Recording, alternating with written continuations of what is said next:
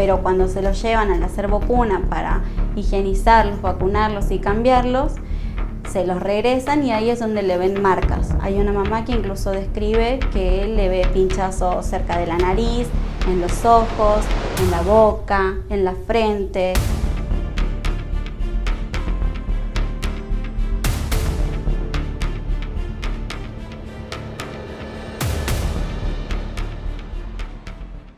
En el año 2022, en la ciudad de Córdoba, varios bebés sanos comenzaron a morir en circunstancias inexplicables dentro de un hospital público. Niños que casualmente salían de la esfera de custodia de sus progenitores y que en ese momento comenzaba una pesadilla inexplicable que empezó a generar dudas en los profesionales de neonatología del establecimiento. Este es el caso de Brenda Agüero, la enfermera del Hospital Materno Neonatal Ramón Carrillo, condenada por una serie de crímenes que horrorizaron a todo nuestro país. Entre marzo y junio de 2022 está ocurriendo algo impensado en el Hospital Neonatal Ramón Carrillo de Córdoba. 5 recién nacidos que habían llegado al mundo saludables mueren repentinamente sin una causa clínica aparente, y otros 8 bebés sufren descompensaciones graves pero logran sobrevivir. Nadie sospecha al principio que las muertes sean intencionales. El primer caso se atribuye a una posible muerte súbita y el segundo también pasa como una tragedia aislada. Sin embargo, conforme se acumulan los episodios,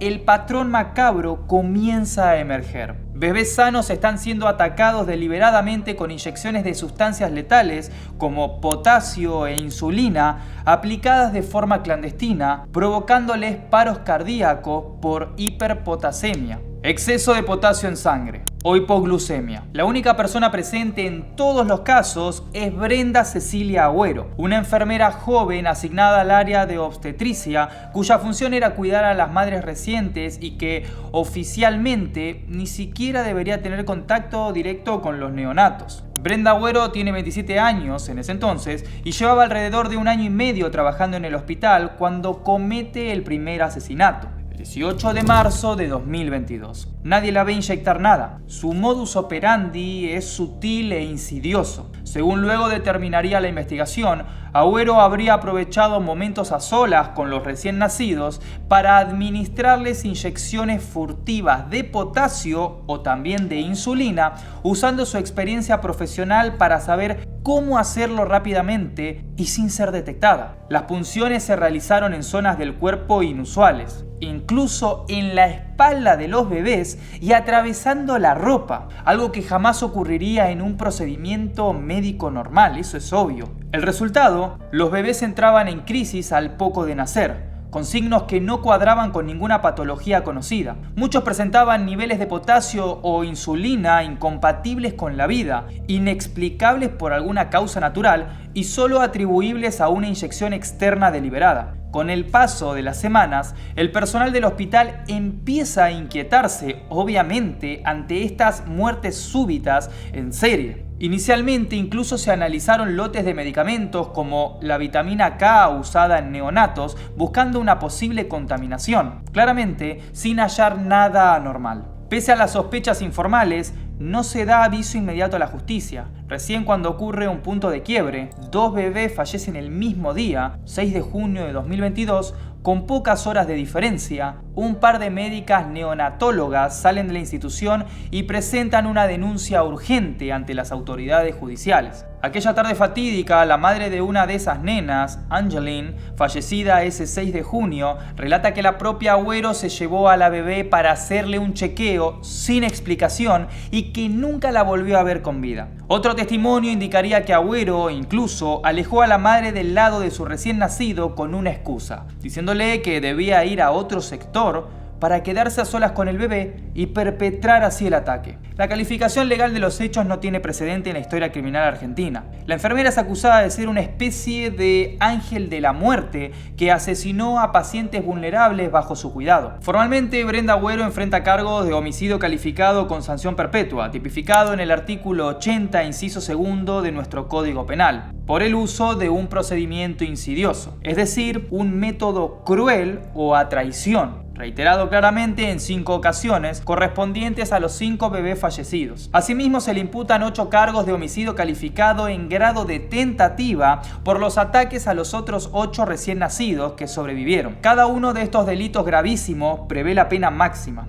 El 6 de enero de 2025 comenzó el juicio oral y público contra Agüero en la Cámara Séptima del Crimen de Córdoba. Un proceso claramente complejo que acusa no solo a la enfermera, sino también a 10 funcionarios y directivos del sistema de salud provincial acusados de encubrimiento y omisiones relacionadas con el caso. El juicio es histórico. Por primera vez en Córdoba se utiliza un jurado popular para un caso de asesinatos seriales, compuesto en este caso por 8 ciudadanos y 2 jueces técnicos. Durante casi 6 meses de audiencias, 57 jornadas en total, declaran 99 testigos, entre ellos las madres, padres y familiares de las víctimas, médicos, peritos forenses, policías e incluso altos funcionarios del Ministerio de Salud Provincial. A medida que el debate fue avanzando, salieron a la luz detalles escalofriantes. Una madre, por ejemplo, testifica haber visto a Agüero inyectando algo a su hijo recién nacido mientras estaba en la cuna. La bebé rompió en llanto y poco después sufrió la descompensación que casi la mata. Varios médicos neonatólogos aseguraron ante el jurado que ninguno de esos bebés murió por causas naturales, confirmando que los picos de potasio o insulina detectados en sus cuerpos solo podían explicarse por una intervención exógena malintencionada. Un neonatólogo declara que jamás en su carrera vio 4 casos de colapsos o muertes de recién nacidos en un mismo día, como ocurrió el 6 de junio de 2022,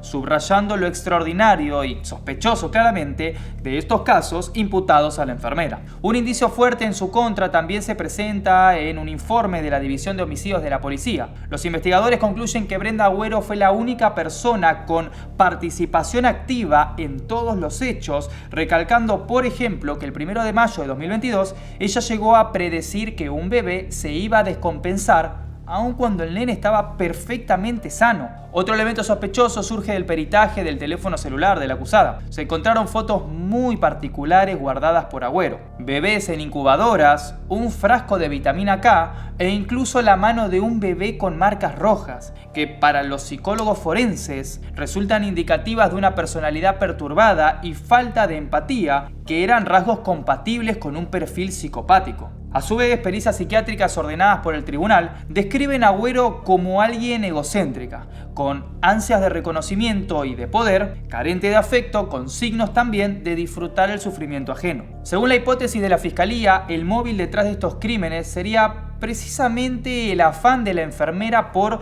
destacarse laboralmente. Ella quería ser la primera en advertir la crisis de los bebés para así dar la alarma, aparecer como una heroína ante sus superiores y así lograr un traslado del área de obstetricia a neonatología. En otras palabras, habría provocado intencionalmente las emergencias médicas para brillar en su resolución. Un razonamiento muy retorcido que encuadra dentro de lo que en criminología se describe como un síndrome del Salvador. Esto también, para que sepan, dentro de la criminología se encuadra como un homicidio heroico o por héroe, que en instantes les voy a explicar porque realmente es algo muy interesante a detallar. Volviendo al juicio, Brenda Agüero mantiene su inocencia durante todo el proceso. ¿Qué más iba a hacer, no? Desde la instrucción se había negado a declarar e incluso en algún momento insinuó que otro enfermero varón podría ser el responsable, intentando así desviar las sospechas. Ya en el juicio, cuando finalmente habló ante el jurado, negó entre lágrimas haber hecho daño alguno. No se me pasa por la cabeza hacerle daño a otra persona, y mucho menos a un niño, declaró en la indagatoria. En sus últimas palabras, antes del veredicto, insistió: a esos nenes jamás les hice nada. Pase lo que pase, estoy en paz, repitiendo que nunca jamás le hice daño a nadie, y mucho menos a un bebé. La estrategia de la defensa en esos momentos fue tratar de generar una duda razonable sobre la culpabilidad de Agüero y apuntar hacia supuestas irregularidades institucionales. Es una estrategia básica y muy recurrida. El abogado defensor llega a afirmar incluso en su alegato final que Brenda es víctima de un complot político, acusada falsamente por el poder, con el gobierno provincial claramente, para encubrir la supuesta negligencia de haber suministrado medicamentos vencidos en el hospital y así desviar la atención de una presunta mala praxis, claramente generalizada, del personal médico. Esta teoría conspirativa de la defensa, sin embargo, no logró ningún respaldo en las pruebas presentadas. Los fiscales Mercedes Balestrini y Sergio Ruiz Moreno subrayan en cambio la abrumadora coincidencia de que solo Agüero y nadie más tuvo acceso a todos los bebés atacados, y recalcan también que no se trató de errores ni accidentes, sino de ataques deliberados, cuidadosamente ejecutados. Piden para ella la máxima pena prevista por el Código Penal, que es la prisión perpetua, teniendo 35 años presa hasta la posibilidad de una eventual libertad condicional. Finalmente, el 18 de junio se resolvió el veredicto, después de más de 10 horas de intensas deliberaciones, y el jurado popular declara por amplia mayoría a Brenda Agüero culpable de todos los cargos imputados. La joven de 30 años es condenada a prisión perpetua y era lógico al ser la única sentencia posible dada la calificación delictiva. Es una cadena perpetua que deberá cumplir en la cárcel de Bower, donde Agüero ya lleva casi 3 años en prisión preventiva durante el proceso. La sentencia le es leída a última hora de la tarde en la sala de tribunales segunda. Agüero escucha el fallo casi imperturbable. Apenas cierra los ojos al oír la palabra culpable y en un momento se la observa temblorosa y nerviosa al saber la severidad que le esperaba. Del otro lado de la sala, las familias de las víctimas, muchos con fotos de sus bebés en mano y usando remeras blancas con pedidos de justicia, rompen en llanto de alivio y dolor mezclados. ¡Asesinos!, grita entre sollozos la hermana de uno de los bebés fallecidos, mirando no solo a Agüero, sino también a los otros acusados condenados. Además de la enfermera, el tribunal encontró responsables a varios exfuncionarios y directivos por encubrir los crímenes. Junto con Agüero fueron juzgados 10 miembros del personal jerárquico del hospital y del Ministerio de Salud Provincial, acusados de haber sabido de las muertes y no haber actuado o de entorpecer la investigación. El fallo del jurado popular, en decisión dividida, condena a 5 de esos exfuncionarios y absuelve a los otros 5. Entre los condenados se destacan Liliana Asís, exdirectora del Hospital Neonatal, sentenciada a 5 años de prisión e inhabilitación por encubrimiento doblemente agravado y omisión de los deberes de funcionario público. Pablo Carabajal, exsecretario, subsecretario de Salud Provincial, condenado a 4 años de prisión por encubrimiento agravado. Alejandro Escudero Salama, ex subdirector administrativo del hospital, 5 años por encubrimiento agravado. Marta Gómez Flores, ex jefa de neonatología, 5 años por encubrimiento agravado y falsedad ideológica, que es firmar actas de defunción con información falsa. Y por último, Adriana Morales, médica neonatóloga, 5 años por encubrimiento agravado. A todos se les impuso además inhabilitaciones para ejercer cargos públicos, aunque permanecerán en libertad bajo fianza mientras la sentencia no esté firme. Por otro lado, fueron absueltos el exministro de Salud, Diego Cardoso, cuya falta de acción preventiva generó indignación en los familiares, el ex jefe de legales, Alejandro Gauto, la ex vicedirectora, Claudia Ringelheim, la ex jefe de enfermería, Alicia Ariza, y la médica María Alejandra Luján, quienes estaban acusados de encubrimiento u omisiones, pero para quienes el jurado no halló suficiente prueba. Más allá de la autora material de los homicidios, hubo una cadena de responsabilidades institucionales que el caso claramente sacó a la luz. Volviendo a lo que antes les mencioné del homicidio por héroe desde la criminología, me parece importante que ustedes tengan un contexto informativo acerca del funcionamiento de este tipo de homicidas antes de seguir con la investigación policial y forense. El héroe homicida es generalmente un trabajador de la salud que provoca artificialmente una crisis médica para quedar como la persona que la detecta y dirige el rescate. Su objetivo es ganar aplauso profesional, reforzar su autoimagen y en algunos casos conseguir ascensos o un prestigio académico. No actúa por lucro ni por misericordia. El móvil es narcisista. Las víctimas elegidas son pacientes incapaces de defenderse, neonatos, ancianos, personas bajo sedación o en unidades críticas. El escenario suele ser instituciones cerradas, hospitales, geriátricos, clínicas de rehabilitación o ambulancias, donde el agresor posee acceso a fármacos, a la historia clínica y a confianza del equipo. Las relaciones suelen ser un vínculo cuidador-paciente y es directo. La víctima no es aleatoria. Modus operandi: inducción de la emergencia, inyección no prescripta de potasio, insulina, digoxina, anestésicos o bloqueantes neuromusculares. Manipulación de dispositivos: desconectan oxígeno, alteran bombas de infusión, cambian parámetros del respirador, entre otras. Elección de turnos con dotación mínima: Suelen elegir una noche, la madrugada y los fines de semana. Escenificación heroica. El autor permanece cerca, detecta casualmente la caída de signos vitales y activa el código de emergencia. Lidera maniobras de RCP, administra drogas de reanimación y se muestra proactivo ante superiores y familiares. El resultado buscado varía, pero si el paciente muere, la muerte se atribuye a su condición previa. La participación del agresor se percibe como un esfuerzo heroico. Si sobrevive, el héroe, entre comillas, capitaliza el éxito y fortalece su reputación. Perfil psicológico. Los rasgos centrales son narcisismo, búsqueda constante de validación, baja empatía y fantasías grandiosas de salvación. El comportamiento suele mostrarse cervical, perfeccionista y voluntarioso. Acepta turnos extras y tareas de alto estrés para estar cerca de potenciales víctimas. Mantiene la inocencia hasta el final y alega conspiraciones o errores sistemáticos cuando lo investigan. Cuando hablamos de asesinos seriales, casi siempre nos imaginamos escenas del crimen, persecuciones policiales o personajes fríos que matan por placer o por impulso, pero hay un tipo de asesino serial que rompe todos los esquemas y que quizás por eso mismo resulte aún más inquietante, que es el asesino serial en el ámbito sanitario. Estamos hablando de personas que ocupan lugares de confianza y de cuidado, como es el caso de médicos o enfermeros, y que en lugar de salvar vidas las arrebatan. No ocurre esto por error, no es por negligencia, sino de forma deliberada, sistematizada y repetida. Este fenómeno adquiere el nombre de ángeles de la muerte, o sea, personas que usan su bata blanca, su investidura, para esconder motivaciones oscuras que aprovechan, estando en su posición, para matar en silencio, sin levantar sospechas, a veces durante años. La pregunta que muchos nos hacemos es: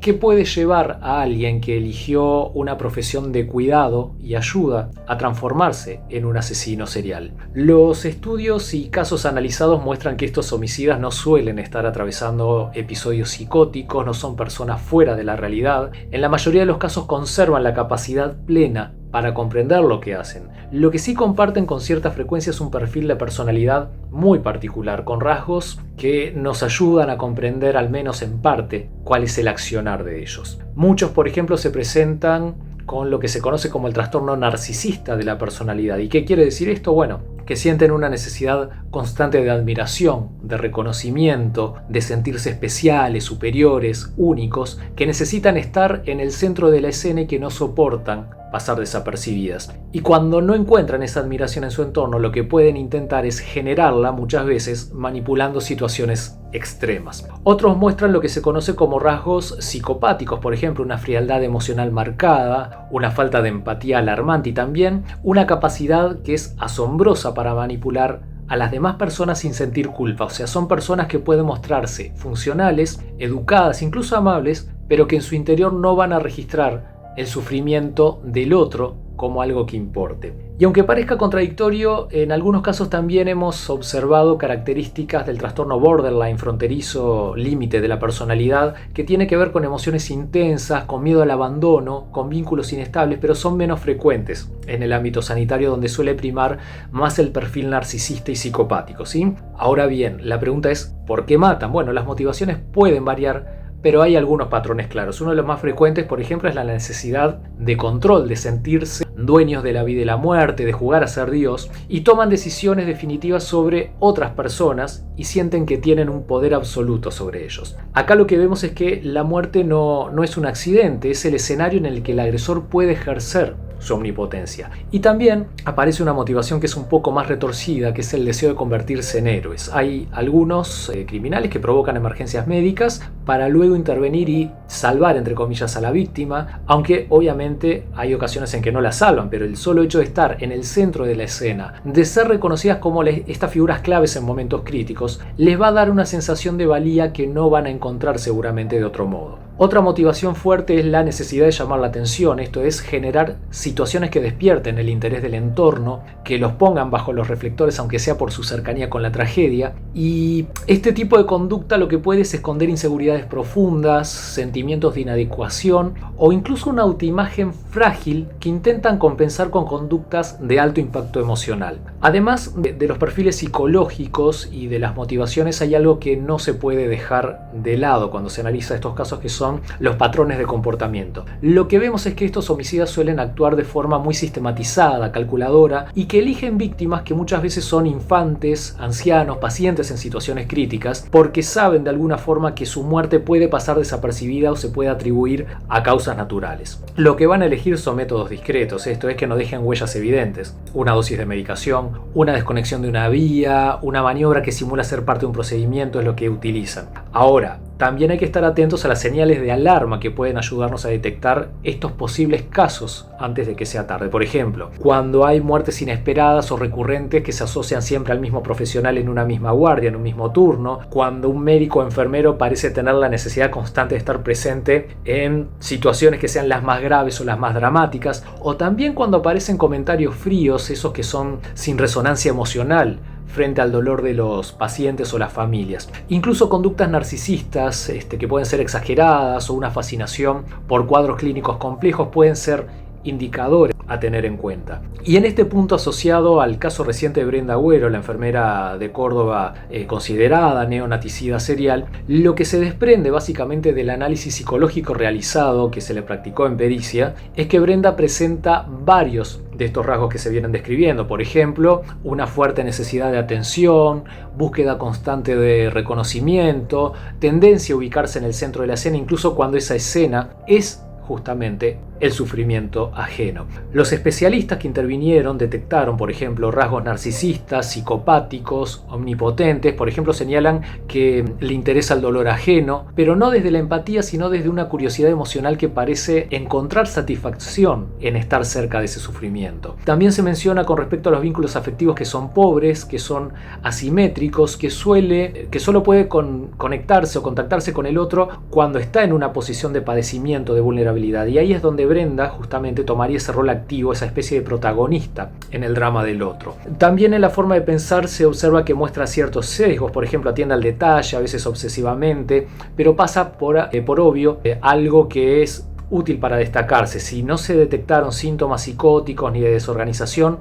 la emocionalidad está claramente enfocada en sí misma, está con una resonancia empática muy baja hacia los demás. Y se puede decir también que Brenda encarna con claridad el perfil de una asesina serial, justamente, neonaticida serial, sistematizada u organizada dentro del ámbito sanitario. O sea, tiene una fachada profesional impecable, sin antecedentes psiquiátricos, sin historia de violencia, pero con la estructura de personalidad que al entrar en un contacto con un entorno de poder asimétrico, con víctimas extremadamente vulnerables, la puede convertir en una combinación letal. Y entonces, casos como estos nos tienen que invitar a reflexionar justamente cuáles son los mecanismos de control dentro del sistema de salud y la importancia de estar atento a los indicadores conductuales y sobre todo a la necesidad de no romantizar ciegamente el rol del cuidador profesional, porque si bien la mayoría de los profesionales de la salud seguramente trabajen con vocación, con entrega, con humanidad, tenemos que estar atentos a que haya gente, por ejemplo, que use ese lugar de poder para ejercer violencia, daño y muerte. O sea, hablar de esto no es generar miedo, es generar conciencia, es entender que incluso en los lugares donde esperamos encontrar seguridad pueden aparecer sombras y que como sociedad tenemos la responsabilidad de mirar, de escuchar y de actuar antes de que el daño sea irreversible. Volvamos al año 2022. Al propio escenario del hospital materno neonatal para entender cómo se destapó este caso tan fuerte. En aquellos meses, dentro del hospital, comienzan a circular rumores y sospechas entre algunos profesionales. Después de la segunda muerte de un bebé sano en abril de 2022, más de uno comenta que algo andaba muy mal. No es normal que mueran bebés que nacieron sanos, señala con preocupación Fabiana del Soto, supervisora de enfermería en maternidad. Hacia finales de mayo, la anestesióloga Virginia Zamora advierte que hay un estado deliberativo de sospechas entre colegas por las muertes inexplicables. Sin embargo, ninguna autoridad del hospital ni del ministerio eleva una denuncia formal en ese momento. Los directivos parecen aferrarse a hipótesis benignas. Quizás infecciones intrahospitalarias, fallas de protocolo o mala praxis, y no quieren creer que enfrentan a un asesino interno. El 6 de junio de 2022 cambia todo. Dos bebés, Angelín Rojas y Melody Molina, fallecen el mismo día con horas de diferencia, sin explicación médica plausible, claramente. La acumulación de tragedias fuerza por fin una reacción. Un médico neonatólogo se rehúsa a firmar los certificados de defunción de esas dos bebés, indignado ante la falta de una causa clara. esta fue una decisión valiente que impide que las muertes queden catalogadas como naturales. Gracias a esa negativa, se ordenan autopsias inmediatas a los cuerpos de Angeline y Melody. Los resultados confirmaron las sospechas. Ambas niñas murieron por un paro cardíaco provocado por hiperpotasemia, es decir, tenían cantidades de potasio en sangre muy por encima a lo normal. No se hallan tampoco errores en los tratamientos administrados ni frascos mal rotulados. Todo indica que alguien introdujo potasio de forma deliberada en sus organismos. Estos hallazgos activaron finalmente las alarmas en la cúpula sanitaria. El mismo día, el 6 de junio, la policía judicial realiza un allanamiento en el hospital y las autoridades de Córdoba suspenden preventivamente a alrededor de 20 empleados vinculados a neonatología y obstetricia, entre ellos Brenda Agüero, mientras la investigación tomaba curso. Curiosamente, y a la vez era lo que estaban buscando, después de la suspensión de todo este personal, cesan por completo los fallecimientos. La pausa súbita en la cadena de muertes sugiere fuertemente que el autor estaba entre todos los desplazados. Es ahí que la investigación se enfoca en estos profesionales suspendidos por un indicio fuerte de que el posible asesino se encontraba ahí. La historia de cómo se presenta la denuncia penal también merece atención. Increíblemente, ningún funcionario había informado a la justicia lo que ocurría, pese a semanas de sospechas internas. Quien termina llevando el caso a los tribunales es Francisco Luperi, un ingeniero ajeno al sistema de salud, pero casado con la doctora Zamora, la anestesióloga preocupada por los rumores que les mencioné antes. Luperi escucha de su esposa los comentarios inquietantes sobre bebés fallecidos sin una causa y decide actuar. El 7 de julio de 2022, aproximadamente un mes después de los últimos decesos, se presenta por cuenta propia ante la unidad judicial para así radicar la denuncia formal que daría origen a la investigación penal. Ese dato es clave porque muestra un encubrimiento inicial. Ni la dirección del hospital ni el Ministerio de Salud Provincial rompieron el silencio. Tuvo que ser un particular quien destapara el caso ante la justicia. A partir de ahí toma cartas en el asunto el fiscal de instrucción Raúl Garzón, quien rápidamente dimensiona la gravedad y singularidad de lo que tiene frente a sí. Garzón realiza múltiples diligencias, confisca historiales clínicos, ordena exhumar los cuerpos de los otros bebés fallecidos en meses previos y convoca a un equipo interdisciplinario de peritos forenses para así poder analizar todas las evidencias médicas disponibles. Las autopsias y los estudios toxicológicos posteriores revelan en varios de los bebés patrones muy anómalos. Por ejemplo, en uno de los casos se encuentran niveles elevadísimos de insulina exógena, sin que ese medicamento hubiera sido indicado, lo que prueba una inyección intencional de insulina. Varias familias de víctimas recuerdan luego, comparando sus experiencias, que fue Brenda quien atendió a las madres en cada caso y la última en tener contacto con los bebés antes de que enfermaran. Esa presencia de Agüero en todos los incidentes la coloca en el centro de la investigación. El fiscal Garzón y su equipo comienza a reconstruir minuciosamente cada episodio. Identifican a las 5 víctimas fatales por nombre: Francisco, Benjamín, Ibrahim, Angeline y Melody. Todos bebés nacidos sanos. Y a los 8 bebés sobrevivientes de los ataques, documentando fechas, horas y personal presente. También se investiga el entorno de Agüero. Su legajo muestra que se había graduado como enfermera con excelentes calificaciones en 2018, que ingresó al neonatal en 2021, dejando otro empleo y que no tenía antecedentes penales. No obstante, trascendió que compañeros la consideraban ambiciosa y reservada. Con toda esa evidencia, el 20 de agosto de 2022, Brenda Agüero es detenida y formalmente imputada. Agüero en ese momento es puesta en prisión preventiva en la cárcel de Bower, donde permaneció aislada de todas... En ese momento, Agüero es puesta en prisión preventiva en la cárcel de Bower, donde permaneció aislada de otras internas por seguridad, mientras la causa claramente seguía en curso. El fiscal Garzón amplió la investigación hacia arriba y sospechaba de la dirección del hospital y las autoridades sanitarias, que pudieron haber encubierto o al menos demorado adrede las denuncias. En septiembre de 2022, el entonces ministro de Salud de Córdoba, Diego Cardoso, presenta su renuncia en medio del escándalo público y las críticas por su manejo del caso. Cardoso declara que dimite para facilitar que se esclarezca la verdad y se haga justicia, pero queda bajo la lupa igualmente. En palabras del fiscal Garzón, no se trató de mala praxis ni de un virus hospitalario, sino de una serie de ataques deliberados en el lugar menos pensado. Así se logró identificar a la responsable y llevarla ante la justicia, junto con quienes fallaron en prevenirlo. El caso Brenda Agüero irrumpió en 2022 como un golpe seco al país, porque la prensa lo bautizó como la enfermera del horror del neonatal, y de inmediato los titulares se llenaron de comparaciones con Lucy Letby y otros ángeles de la muerte.